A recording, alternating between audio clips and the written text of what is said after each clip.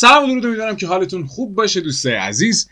توی این جلسه میخوایم با هم دیگه این اسلحه رو طراحی کنیم و آموزش شلیک کردن رو باهاش بهتون یاد بدیم. توی این جلسه اول طراحیش می‌کنیم، توی جلسه بعد ریگش می‌کنیم و شلیک کردنش رو آموزش میدیم. از این به بعد هم قراره دیگه نکات ریز ولی کاربردی رو بگیم، مثلا مثل پرتاب کردن سنگ، مثل چاقو کشیدن و توی مثلا انیمیشن، مثل نمیدونم پرتاب کردن وسیله، بغل کردن و این تکنیک‌های ریز و جزئی که خیلی هم کاربردیه. بریم با هم دیگه شروع کنیم. من فقط اینو بهتون بگم برای اینکه آموزش یکم سریع پیش بره، من این جزئیات این ریز اینجا رو دیگه زیاد روش کار نمی‌کنم و سایه زدن این چیزا رو زیاد روش مانور نمیدم. اصلا رو صرفا میکشم و میخوام اصل آموزش رو با هم دیگه پیش ببریم. پس همین الان لایک و سابسکرایب رو فراموش نکنید، چون تنها چیزیه که ما قوت قلب میده. من شروع میکنم با کشیدن اسلحه. خب میزنم که بدنه. خب شروع میکنم به رسم کردن بدن دوستان. یه مقدار سعی میکنم مرتب کار کنیم اینجا با هم دیگه.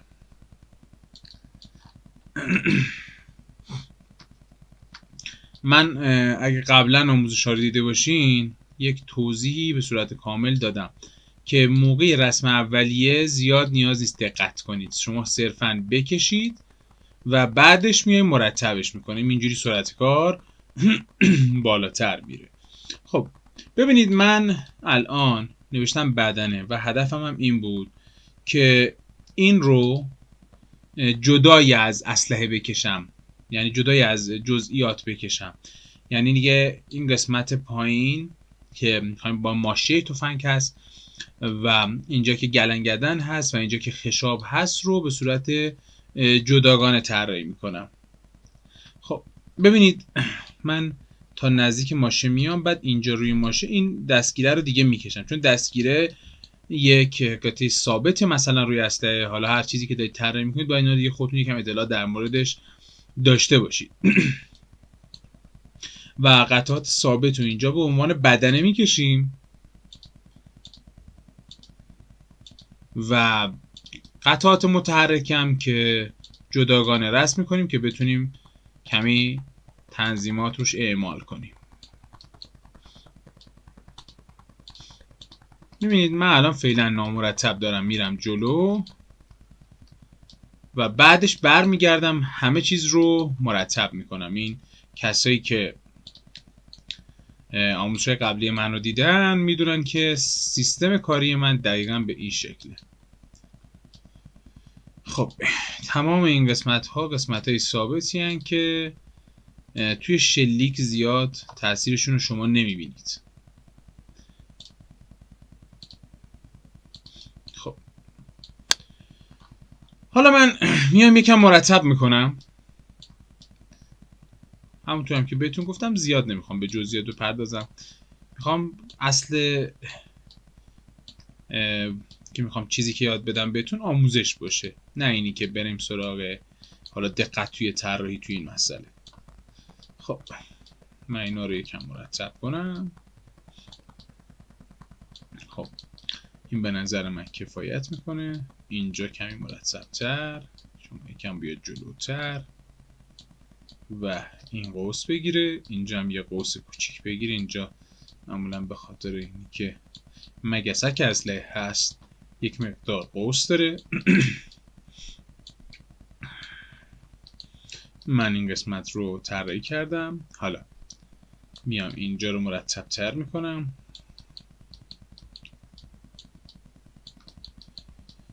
حالا من اگر قسمت های طراحی کردن رو میذارم، ببینید دوستان هر قسمتی یه نکته ریزی توش وجود داره که امکان داره شما توی طراحی به مشکل برخورید. طراحی کردن با تجربه به دست میاد، اینجوری نیست که فقط صرفا آموزش باشه. ما یه سری تجربیاتمون رو توی آموزش در اختیار شما میذاریم که بهتره که ویدیوها رو موقع طراحی کردن همه رو تا آخر ببینید و یک سریاش هم خودتون دیگه انقدر باید طراحی کنید یک سری نکات رو یاد بگیرید. ما توی آموزش‌های بعدی هم قراره سری نکات طراحی رو باز بگیم. برای این مثال کاراکتری که بخشی از موش جلوی صورتشه، بخشیش پشت، بخشی بین پشت و جلوه، که اینا نکاتیه که یک سری کاراکتر هم براتون آماده کردیم و به این زودی آموزش رو براتون ضبط میکنیم. بذارید من این رو بیارم مرتبش کنم. این قسمت البته باید کمی بالاتر باشه. ببخشید. خب این رو باید یکم بزنم اینجا، اینو بیارم اینجا. ببینید توی این نقطه فقط کافیه که به قول من ارتفاع متفاوته یکم پوینت اضافه کنید و اون ارتفاع رو اصلاح کنید اگر طراحیتون هم از قبل انجام داده بودید. من این رو میارم میذارم اینجا، همه چیز مرتب. این قسمت اسلحه، این شیباشو همه رو تنظیم میکنیم.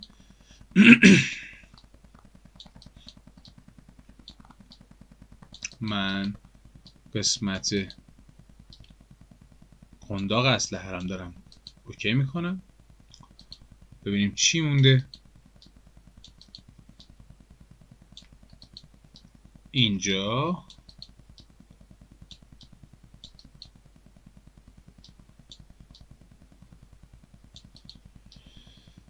خب کمی بره بالاتر که دیگه روی ماشه رو نگیره.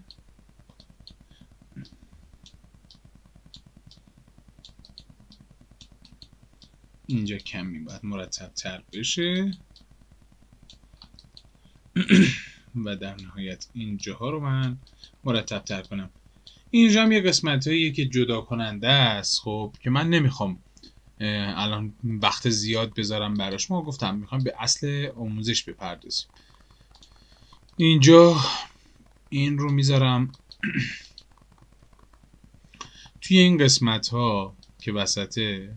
میتونم خیلی دقیق و با جزئیات بشینم رسم کنم، شما این کارو کنید حتما، ولی میخوام اینجا از چند تا حالا رکتنگل کمک بگیرم که کار یکم بیفته جلو. اینم از اینجا. نکته دیگه که هست، من اینجا هم یه رکتنگل میکشم. بعضی موقع ببینید رکتنگل کشید میره اینجا جلوتره، کاری نداره، یه از یکی از پوینت‌ها رو انتخاب میکنیم اینو میکشیم جلو، مشکل به سادگی حل میشه. یک سری خطوط جدا کننده اینجا هست که من گفتم اینا رو نمیخوام رسم کنم توی این ویدیو و وقت ویدیو رو نمیگیرم بابت این مسائل. اینم کمی میارم عقب‌تر تا لبه چوب، قسمت چوبی اصله. اینجا هم من یک خطی رو از اینجا رسم میکنم تا اینجا، درسته؟ مشکلی که پیش اومد خط وصل شد به این، من میخوام خط وصل شه به این. تمام شد. این خط رو وصل میکنم، این رو میکشم رو به بالا و اینجا میبندمش. نگران به هم ریختگی این نباشید، حلش میکنیم همه رو الان. و اینجا الان همه چیز مرتب شد. اگر این آموزش خیلی بخواد طولانی بشه طراحی کردنش، ما ادامه رنگامیزی رو میندازیم جلسه بعد، ولی اگر زیر 20 دقیقه بشه تمام جمعش میکنیم توی همین جلسه. خب اینو انجام دادم. حالا نکته بعدی که باید انجام بدم اینه. اینو بذارید ببینم. خط جدا کنندش رو تا اینجا کشیده، زیاد نمیخواد طولانیش کنم، و یه خطم اینجا برای اینکه تفاوت رنگی وجود داشته باشه من صرفا رو رسم میکنم. حالا نیست همش رو انجام بدم، ولی یه سری نکات رو بهتره که انجام بدم. خب ترجیح من اینه که چند تا از این نقطه هایی که ثابت هم هستن روی اسلحه موقع شلیک اینا رو طراحی کنم. مثلا اینو من نمیام دیگه حالا یک قوس زیادی بهش بدم، من همین شکلی میکشم اینا رو، کمی الان مرتب ترشون میکنم. فقط ببینید شما خیلی با جزئیات سعی کنید این کار رو انجام بدید. من این قسمت ها رو همه رو ببخشید تکمیل کنم.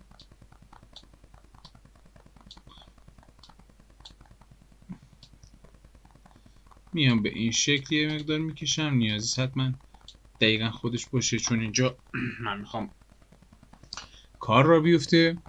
و این اصلا ظاهرش هم که حالا زیاد خوب طراحی نشده در کل، ولی این رو میکشم، ولی قسمت روی رو جدا میکشم.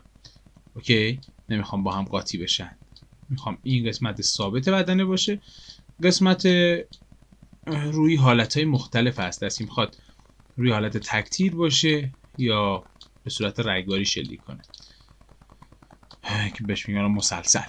خب اوکی، این تا اینجای کار. من کمی این قسمت رو متصل کنم به اینجا، این قسمت رو هم به همین شکل، و حالا ببینم آیا جایی به هم ریختگی ما داریم، جایی دچار به هم ریختگی و اختلال شده یا نه. اینجا که من چیزی نمیبینم، فقط همین یه تیکه است که یک مقدار مشکل داره توی خطش. و اینجا هم دو تا حالت دایره من میتونم بکشم، میتونم هم نه، این کار انجام نده. ولی خب ترجیحاً من میام و این دوتا دایره رو میکشم. حتما حالت دوتا دایره رو به این شکل حالت بیزی میکشم اینجا، که حالا یه سری تکنیک ها و نکات رو با هم دیگه مرور کنیم توی این آموزش. قسمت بدنه اصلی کشیده شد و من میرم قسمت های مختلف رو جداگانه میکشم. میگم که آموزش رو کامل نگاه کنید، به خاطر همینه. یه سری نکات هست که بعداً میفهمید که چرا این کار رو انجام دادیم. من میام میگم که حالت ضامن اسلحه، ضامن که دیگه چه، یا حالت تکتیره یا حالت مسلسل یا حالت تیربار. میام این ضامن رو میخوام طراحیش کنم. احتمالا رنگ‌آمیزی رو جلسه بعد انجام بدیم و نکات مربوط به رنگ‌آمیزی رو توی همون جلسه بهتون بگیم. خب من مرتبش کنم.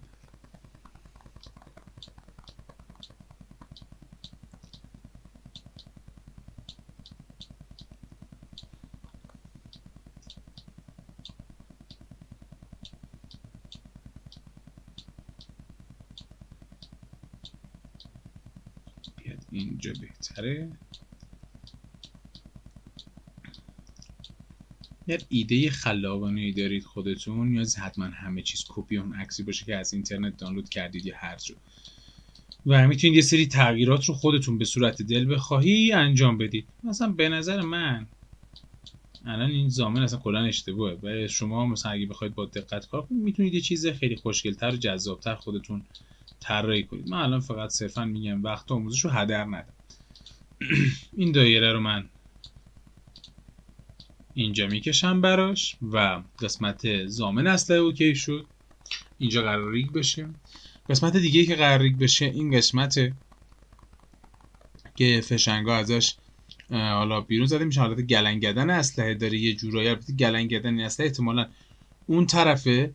حالا بذارید من درستش کنم اینو.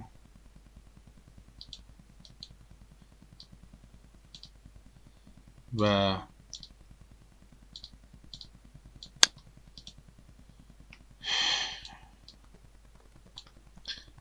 فشنگا به همین صورت قرار از اینجا پرت بشن بیرون و ما توی تمام آموزش قرار همه این نکات رو بهتون یاد بدیم در مورد اسلحه. کانال قرار خیلی جزئی و دقیق همه چیز رو یاد بده دوستان. ما دیگه قسمت های مقدماتی رو از سر گذروندیم و الان هر سری یه نکته است، پس خوب و با دقت خواهش میکنم گوش بدید، هیچ چیزی رو رد نکنید ابدا. من این قسمت رو هم طراحیش رو انجام دادم. قسمت ماشه میمونه و قفل ماشه اینجاست و چیز قفل ماشه نباشید، قفل خشابه و خود خشاب. من شروع کنم به طراحی کردن خشاب. انگلیسیش هرچی هست دیگه من نمیدونم، بذارید با دقت. خب برای اینکه یکم مرتب تر شه کار، من خشاب رو از بالاتر میکشم و لایه‌ش رو میندازم پشت اسلحه. اینجوری خیلی بهتر میشه.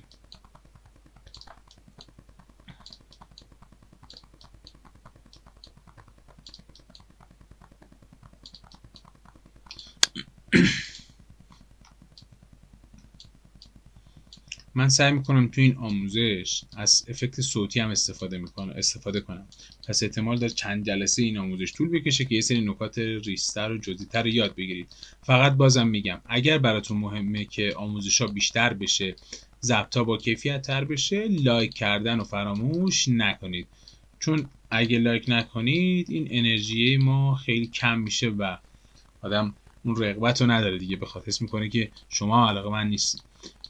خب من شروع کنم به طراحی این خطوط. من این خطوط رو نمیخوام بینشون حالت شیاردار بکشم، مستقیما اینو میکشم و یه استروک بزرگ بهشون میدم و با اون طرز رنگامیزی مخصوص خودم یه کمی حالت رو به وجود میارم. رنگش رو یه جورایی به قول معروف خود اصل ماجرا رو تیره تر میکنم و این رو کمی کم رنگ تر میکنم که این اختلاف رنگ باعث بشه که همین حس رو به ما بده و استروک رو در واقع کمی قطور میکنم. به خاطر اینکه دیگه نیام الان دونه دونه جزئیات این رو بشینم رسم کنم. مثلا یا کنید مثل این.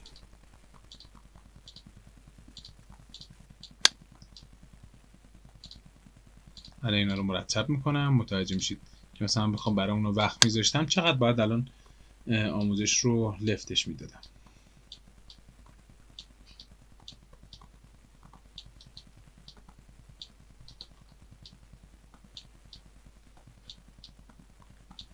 خب اینم از این. قسمت بالا هم مرتب کنم دقیقا به همین شکل. شما هم دقیقا به همین شکل کارتون رو مرتب کنید و یک کار مرتب داشته باشید همیشه.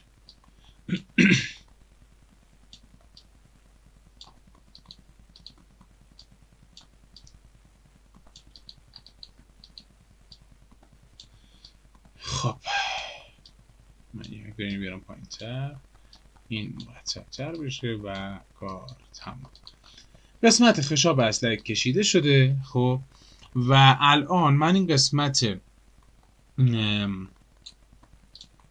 بذارید قفل خشاب میزنم. قفل خشاب، این قفل خشاب رو به صورت جداگانه طراحی میکنم. این قفل خشاب باعث میشه که خب خشاب نیفته دیگه در و خشاب رو ثابت نگه میداره و موقعی هم که این رو بکشیم هل بدیم رو به داخل، ضامنش آزاد میشه و خشاب میاد بیرون و اینا رو همه رو ما میخوایم توی اسلحه اجرا کنیم و انگار که یه اسلحه پویایی خیلی خوب و داینامیک داریم. پس با ما همراه باشید تا آخر آموزش های این قسمت. خب من این رو هم میکشم. این قسمت رو هم با نگه داشتن آلت درست میکنم و دقیقا اون چیزی شد که میخوام. این قسمت بالاش هم که بیرون زدگی داره اصلا مهم نیست چون قراره بره پشت اسلحه و یه قسمت دایره کاملا بی خود و بدون کاربرد هم اینجا وجود داره که البته قطعا توی اسلحه کاربرد داره ولی توی انیمیشن ما کاری باش نداریم. قسمت بعدی که میخوایم رسم کنیم ماشه است. ببینید من خشاب و قفل رو بندازم، ببخشید خشاب و قفل رو بندازم پایین زیر بدنه و همچنین الان بیام ماشه هم دقیقا زیر بدن طراحی کنم. خب صدا بد شد. ماشه رو هم الان میخوام طراحی کنم. ماشه به این شکل خیلی ساده. این رو میزنم به این شکل و بعد از اینی که اینو کشیدم میام یک ماشه همینجا میکشم و حالا همه چیز رو مرتب میکنم. این رو مرتب میکنم.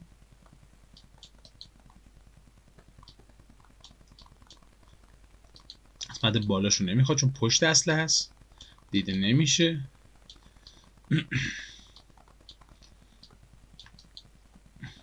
و کار تمومه. این قسمت هم طراحی شد. خب حالا ما میخوایم ببینیم چه قسمتی باقی مونده. آیا چیزی هست که باقی مونده باشه؟ این قسمت رو ضامن رو میتونم جداگانه طراحی کنم. بذارید من ضامن رو که درسته اینجا بذار این اسمش گلنگدن و جداش میکنم. یه وکتور براش میسازم گلنگدن و چقدر سخت شد. گلنگدن رو داریم که رو اسلحه باید باشه، ضامن باید رو باشه، بدنه کلی که درست شد، همه چی اوکیه. و ماشه رو داریم که اینجاست. قفل خشاب رو داریم که اوکیه. خشاب رو هم داریم که اینجا طراحی شده. چیز دیگه ای از اسلحه باقی نمیمونه. توی جلسه بعد با هم دیگه رنگ‌آمیزیش رو انجام میدیم و همینجوری میریم جلو. نکات مهمی در مورد رنگ‌آمیزی میگیم، حتی نکته نیاز باشه قسمت‌هایی رو اضافه میکنیم که بافت بهتری رو داشته باشه اسلحه‌مون. امیدوارم که از آموزش لذت کافی رو برده باشید. لایک فراموش نشه. خدا نگهدار.